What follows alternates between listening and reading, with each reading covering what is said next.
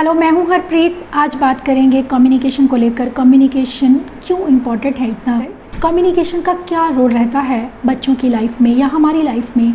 सोचिए, इमेजिन कीजिए, अगर एक दिन के लिए भी हमें चुप रहना पड़े तो कितना मुश्किल हो जाता है हमारे लिए चुप रहना, क्योंकि हमें दिन में कितनी बातें करनी हैं, अपनी नीड्स बतानी है, अपनी इमोशन, अपनी फीलिंग्स सब एक्सप्रेस करनी है। लेकिन सोचिए बच्चों के बारे में जो कितने सालों से चुप हैं और जो अपनी बेसिक नीड्स भी हमें नहीं बता पा रहे हैं। तो इस वजह से चैलेंजिंग बिहेवियर्स आना कॉमन सी बात है, क्योंकि बच्चे अपनी बेसिक नीड्स जब भी उनको नहीं मिल रही हैं, अगर उन्हें भूख लगी है तो वो बता नहीं रहे हैं, प्यास लगी है तब भी नहीं बता पा रहे हैं। इसके अलावा जो दूसरी चीज़ रहती है, कम्युनिकेशन का दूसरा फंक्शन रहता है कि बच्चे आपके साथ कनेक्ट होते हैं, खुद को एक्सप्रेस करना शुरू कर देते हैं। जब बच्चे अपनी बेसिक नीड्स को एक्सप्रेस करना शुरू कर देते हैं, बच्चे कॉन्फिडेंट फील करते हैं। इसके अलावा बच्चों की अंडरस्टैंडिंग वो काफ़ी इंप्रूव होती है अगर बच्चों में कम्युनिकेशन स्किल्स पर वर्क किया जाए। कई बार जब मैं पेरेंट्स से सवाल करती हूँ कि क्या आपका बच्चा अपनी बेसिक नीड्स को बताता है, तो पेरेंट्स कहते हैं हाँ वो मुझे बताता है। तो मैं उनसे पूछती हूँ कि वो किस तरह से अपनी नीड्स को कम्युनिकेट करता है। तो पेरेंट्स बताते हैं कि वो खुद से जब उसे प्यास लगती है तो पानी ले लेता है, भूख लगती है तो खुद से खाना डाल लेता है। लेकिन कम्युनिकेशन का मतलब रहता है कि बच्चे को मांगना आना चाहिए, क्योंकि घर के माहौल में बच्चा जानता है कि किचन कहाँ पर है, वो अपने आप से चीज़ उठा लेगा, ले भी लेगा। लेकिन सोचिए अगर आप बच्चे को लेकर कहीं बाहर गए हैं या वो किसी ऐसे घर में जहाँ वो नहीं जानता कि किचन कहाँ है, तो ऐसे में बच्चा अपनी नीड्स को किस तरह से कम्युनिकेट कर पाएगा। हमें बच्चों को इस तरह से सिखाना है कि बच्चा कहीं पर भी हो वो उस चीज़ को बच्चा ईजिली एक्सप्रेस कर पाए, कम्युनिकेट कर पाए अपनी नीड्स को। कई बार बीइंग ए मदर हम उनमें वो चीज़ डेवलप नहीं होने देते, मांगने की इच्छा जिसे कहते हैं वो नहीं आ पाती है, क्योंकि हम उनके बिना मांगे ही हमें लगता है कि हमारा बच्चा भूखा ना रह जाए, उसके सामने खाना रख देते हैं या बिना मांगे ही उसको पानी दे देते हैं, क्योंकि हमें लगता है कि हमारा बच्चे को बोलता नहीं है तो हम उसे खुद से ही दे देते हैं। इससे ऐसे में हम बच्चे को वो अपॉर्चुनिटीज़ नहीं दे पाते जो उनके लिए ज़रूरी है कम्युनिकेशन के लिए, क्योंकि बच्चे के अंदर वो इच्छा ही नहीं आ पाती है कि वो कुछ मांगे, क्योंकि बिना मांगे ही जब हमें सब कुछ मिल जाता है तो हम मांगते नहीं हैं। ये कॉमन सी बात है, इसलिए इन चीज़ों का खास कर ध्यान रखिए। जब आपके बच्चे को ASD है या फिर लैंग्वेज को लेकर इश्यूज़ हैं, तो कोशिश कीजिए कि बच्चा कम्युनिकेट करे, किसी भी तरह से करे, लेकिन कम्युनिकेट करने की कोशिश करना बहुत ज़रूरी है। बीइंग ए मदर, मैंने आपके साथ में शेयर किया था कि जब मुझे पता चला था ऑटिज़म के बारे में कि मेरे बेटे को ऑटिज़म है, गुरजोत को ऑटिज़म है, मैं नहीं जानती थी इसे ऑटिज़म है। ऑटिज़म क्या है या ऑटिज़म में किस तरह से बच्चों को हम कम्युनिकेशन स्ट्रेटजी सिखा सकते हैं। ऑटिज़म में बच्चे अपनी चीज़ों को कम्युनिकेट नहीं कर पाते, और ऐसा ही उसके साथ हुआ था। नॉन वर्बल होने की वजह से वो अपनी नीड्स मुझे बता नहीं पाता था, जिसकी वजह से वो काफ़ी अग्रेसिव होने लगा था और उसमें चैलेंजिंग बिहेवियर्स आने शुरू हो गए। ऐसे में मैंने एक ऐसा मेथड उसके साथ में शुरू किया जो मैं आज आपके साथ शेयर कर रही हूँ, क्योंकि मैं जानती हूँ बीइंग ए पेरेंट कितना डिफ़िकल्ट होता है उस सिचुएशन को हैंडल करना या उस सिचुएशन को समझ पाना। ये मेथड जो मैं आपके साथ शेयर कर रही हूँ ये डेफिनेटली आपको हेल्प करेगा, क्योंकि इसमें मैं ले रही हूँ कुछ विजुअल्स जो कि हेल्प करेंगे बच्चों में कम्युनिकेशन को डेवलप करने में। इस मेथड का सबसे ज़्यादा एडवांटेज यह भी रहता है, क्योंकि ये जो मेथड है ये आपको कोई थेरेपिस्ट नहीं बता सकता है, शायद कोई और चैनल भी नहीं बताएगा, क्योंकि जो चीज़ आप पर्सनली एक्सपीरियंस करते हैं उस चीज़ को आप समझ सकते हैं। पता नहीं कितने पेरेंट्स हैं जो इस चीज़ से स्ट्रगल कर रहे हैं और बच्चों को लगातार स्पीच थेरेपिस्ट के पास भेजते हैं इस उम्मीद पर कि कभी बच्चा अपने आप बोलकर उन्हें कुछ बताएगा। लेकिन बच्चों की बोलने से पहले बहुत ज़रूरी रहता है उनकी अंडरस्टैंडिंग होनी। बच्चा कितना अंडरस्टैंड कर पा रहा है, क्योंकि स्पीच थेरेपिस्ट सिर्फ बुलवाना जानते हैं, उनकी अंडरस्टैंडिंग पर वर्क करने के लिए आपको घर पर ही एफर्ट करने की ज़रूरत रहती है। घर पर भी जो ये मेथड मैं आपके साथ शेयर कर रही हूँ ये डेफिनेटली हेल्प करेगा उन्हें वर्बल होने में भी, क्योंकि ये स्पीच में भी हेल्प करेगा उनकी और उनकी अंडरस्टैंडिंग को इम्प्रूव करेगा।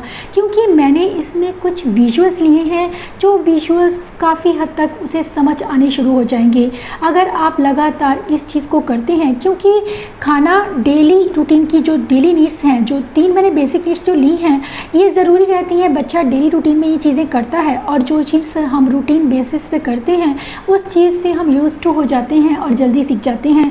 यही हमारे बच्चों के साथ में होता है, उन्हें ये चीज़ें समझ आनी शुरू हो जाती हैं। बच्चे चीज़ों को रिलेट करना शुरू कर देते हैं वर्ड्स के साथ में, पिक्चर के साथ में, उनकी अंडरस्टैंडिंग विजुअल्स के साथ में और भी क्लियर हो जाती है और फंक्शनल स्पीच के चांसेस बढ़ जाते हैं।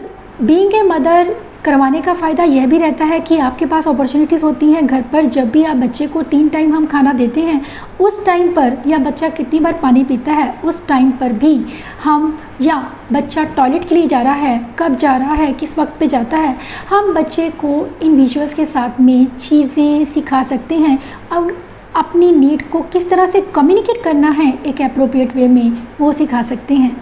मेरा ये मेथड पैक्स से इंस्पायर्ड है क्योंकि इसमें मैंने थोड़ा डिफरेंट किया है। मैं कोई टॉयज़ नहीं ले रही हूँ, कोई उनका रिइंफोर्सर इसमें यूज़ नहीं कर रही हूँ।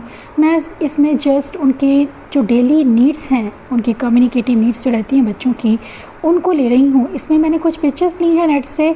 सिंपली आप उसे लेंगे और इसे एक कार्डबोर्ड पर पेस्ट कर दीजिए और उसे लेमिनेट कर दीजिए टेप के साथ में, जैसे मैं कर रही हूँ। इसके साथ ही आप इसकी बैक साइड को भी लेमिनेट कर लेंगे जैसे कि मैंने किया है। अब मैं इसे सीजर से कट कर रही हूँ, इन पिक्चर्स को अलग अलग कर रही हूँ क्योंकि जो मुझे चाहिए पिक्चर, इसमें मुझे सिर्फ 3 पिक्चर्स की ज़रूरत है फ़िलहाल, क्योंकि ये पिक्चर्स जो हैं उसकी डेली रूटीन में जो उसको मैंने कम्युनिकेशन सिखाना है उसकी बेसिक नीड्स की पिक्चर्स मैं पहले प्रेफर कर रही हूँ, क्योंकि बच्चों को खाना, पानी और टॉयलेट, ये 3 नीड्स जो हैं ये बेसिक नीड्स इन्हें मानती हूँ और मैंने ये 3 पिक्चर्स को ही आज के मेथड में यूज़ करूँगी। क्योंकि बिगिनिंग में जितना आप सिंपल रखते हैं चीज़ को, उतना ही वो कॉन्सेप्ट बच्चे इजीली समझ पाते हैं और हमारा टारगेट है कि जो हम कॉन्सेप्ट उसको इंट्रोड्यूस करने वाले हैं it should be very simple and इसमें कम पिक्चर्स हों ताकि बच्चा इजीली उसे समझ सके। कि पिक्चर्स को और कम्युनिकेशन को किस तरह से यूज़ करना है, किस तरह से उसे एक्सपेंड करना है, ये मैं आपको नेक्स्ट वीडियो में बताऊंगी। आप उसे ज़रूर देखिएगा क्योंकि उसमें मैं बताऊंगी कि किस तरह से आपको बच्चों के कम्युनिकेशन को एक्सपेंड कर सकते हैं पिक्चर्स के साथ में ही। और इसके अलावा जो एक चीज़ रहती है कि बच्चे इसलिए समझ पाएँ किस तरह से और क्या क्या चीज़ें हैं जो और स्ट्रेटजीज़ आप ऐड कर सकते हैं। लेकिन फ़िलहाल अभी आपको इसी पर कॉन्सेंट्रेट करना है जो चीज़ मैं आपको बता रही हूँ कि इसमें मैंने बेसिक नीड्स की सिर्फ 3 पिक्चर्स ली हैं, रोटी, पानी और टॉयलेट सीट की पिक्चर। क्योंकि इसके बाद ये जो मैं बना रही हूँ ये है कम्युनिकेशन बोर्ड। कम्युनिकेशन बोर्ड बनाना बहुत ज़रूरी है क्योंकि ये इस पर ही हमें बच्चों को मेन कम वर्क कराना है। सिर्फ आपको क्या करना है कि एक कार्डबोर्ड लीजिए, उसके ऊपर आपको सिंपल शीट को पेस्ट कर देना है और उसे लेमिनेट कर देंगे। जी, ठीक उसी तरह से जैसे हमने पिक्चर्स को लेमिनेट किया था, आपको कहीं से कुछ ख़रीदने की ज़रूरत नहीं है, पिक्चर्स को ख़रीदने की ज़रूरत नहीं है, कार्डबोर्ड या कम्युनिकेशन बोर्ड को ख़रीदने की ज़रूरत नहीं है। आप घर पर इसे ईज़िली बना सकते हैं। ये हमारा कम्युनिकेशन बोर्ड रेडी हो चुका है और इस पर मैंने वेलक्रो फिक्स किया है। आप चाहें तो वेलक्रो नहीं भी है तब भी आप बिना वेलक्रो के इसे यूज़ कीजिए, सिर्फ सिंपली पिक्चर को आप रख दीजिए। आई गारंटी यू कि विद इन 1 मंथ आप देखेंगे कि आपके बच्चे खुद से अपनी नीड्स को कम्युनिकेट करना शुरू करेंगे, क्योंकि ये मेथड 100% इफ़ेक्टिव है। और ये मेथड इफ़ेक्टिव इसलिए है क्योंकि इसमें 3 चीज़ें रहती हैं जो बहुत ज़रूरी रहती हैं बच्चों में उस चीज़ को, उस आदत को बनाने में। फर्स्ट वन इज़ प्रिडिक्टेबिलिटी, क्योंकि बच्चों को पता है कि लंच का टाइम है या ब्रेकफास्ट का टाइम है, उन्हें कब खाना मिलना है। उस टाइम पर आप जब उन्हें कम्युनिकेट करवाते हैं, सिखाते हैं ये स्ट्रेटजी, तो बच्चे उस चीज़ को यूज़ टू हो जाते हैं। दूसरी चीज़ रहती है कंसिस्टेंसी, क्योंकि आप लगातार जब उस चीज़ को करते हैं तो बच्चे उस चीज़ को जल्दी सीख जाते हैं।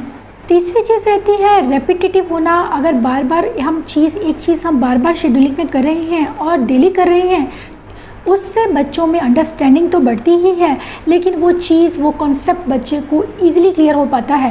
ये कम्युनिकेशन बोर्ड हमारा रेडी है और इस कम्युनिकेशन बोर्ड पर मैंने एक ही वेलक्रो रखा है क्योंकि मुझे एक ही पिक्चर को स्टार्टिंग में यूज़ करना है ताकि बच्चा कंफ्यूज ना हो, क्योंकि जब हम सिखाते हैं तो इट शुड बी ईजीएस्ट वे।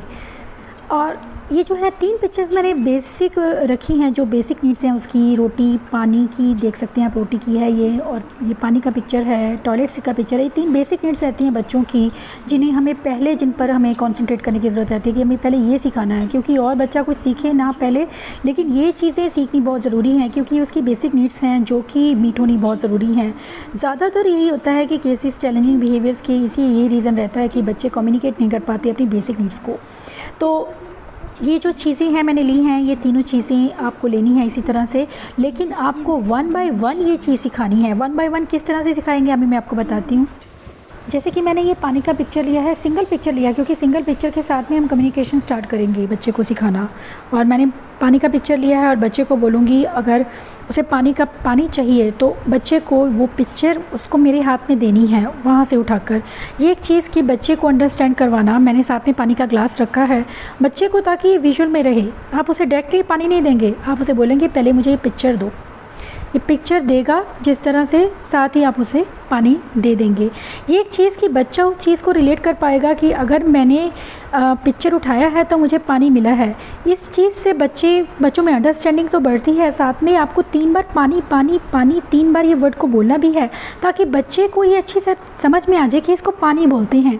क्योंकि बच्चों में फंक्शनल कम्युनिकेशन इस वजह से भी डेवलप नहीं हो पाता क्योंकि बच्चे जानते ही नहीं किसी चीज़ को क्या कहना है। तो इसी तरह से आपने जैसे पानी का पिक्चर, अब मैंने रोटी का पिक्चर रखा है और बच्चे को बोलूँगी कि आप साथ में मैंने प्लेट रखी है और खाना रखा है और मैं उसे बोल रही हूँ देने के लिए पिक्चर, और बच्चे ने जैसे ही मुझे पिक्चर दी मैंने उसको रोटी दी। ये एक चीज़ कि बच्चा उस चीज़ को उसके साथ में रिलेट कर रहा है कि उसे किस तरह से उसे मांगना। अब मैंने रखा है सिर्फ टॉयलेट का पिक्चर कम्युनिकेशन बोर्ड के ऊपर और बच्चे को वो कार्ड मुझे वो दे रहा है और उसके साथ ही वो जा रहा है क्योंकि वो मुझे पता है कि वो उसका टाइम है टॉयलेट का। इस वजह से वो अपनी नीड को उसने मुझे अप्रोप्रिएट वे में कम्युनिकेट किया कि उसे टॉयलेट जाना है। धीरे धीरे आप पिक्चर्स को 2 के लेवल पर लेकर आइए जब लगे कि आपका बच्चा ईज़िली अंडरस्टैंड कर पा रहा है चीज़ों को, तो ताकि वो बच्चा डिफ्रेंशिएट करना सीखे कि मुझे अगर भूख लगी है तो मुझे खाने का पिक्चर उठाना है और अगर मुझे पानी पीना है तो मुझे ग्लास का पिक्चर देना है। जब आपको लगे कि आपका बच्चा इजीली अंडरस्टैंड कर पा रहा है, दोनों पिक्चर्स में डिफरेंशिएट कर पा रहा है, तो आप उसे तीनों पिक्चर्स लगा के दे सकते हैं जब भी उसे जिस चीज़ ज़रूरत हो वो अपनी नीड को, ताकि इजीली कम्युनिकेट कर पाए। बच्चे इस चीज़ को बहुत जल्दी अंडरस्टैंड कर लेते हैं, इस कॉन्सेप्ट को जल्दी पकड़ लेते हैं कि उन्हें किस तरह से अपनी नीड्स को कम्युनिकेट करना है। बहुत ईजी रहता है उनके लिए। पिक्चर्स के साथ में बच्चे बोलना शुरू करते हैं। मैंने बहुत से बच्चे देखे हैं जो पिक्चर्स के साथ में जिनमें स्पीच डेवलप हुई और जिन बच्चों में 100% मुझे रिज़ल्ट मेरे स्पीच को लेकर तेरी है, क्योंकि एफ़र्ट्स जो हैं वो बहुत मैटर करते हैं। ये मेथड डेफिनेटली हेल्प करेगा आपके बच्चों में फंक्शनल स्पीच को डेवलप करने में। चाहे आपका बच्चा ASD है या फिर लैंग्वेज डिले है, आप बच्चे के लिए अगर ये मेथड यूज़ करते हैं आपको रिजल्ट्स 100% मिलने वाले हैं। Thanks for watching.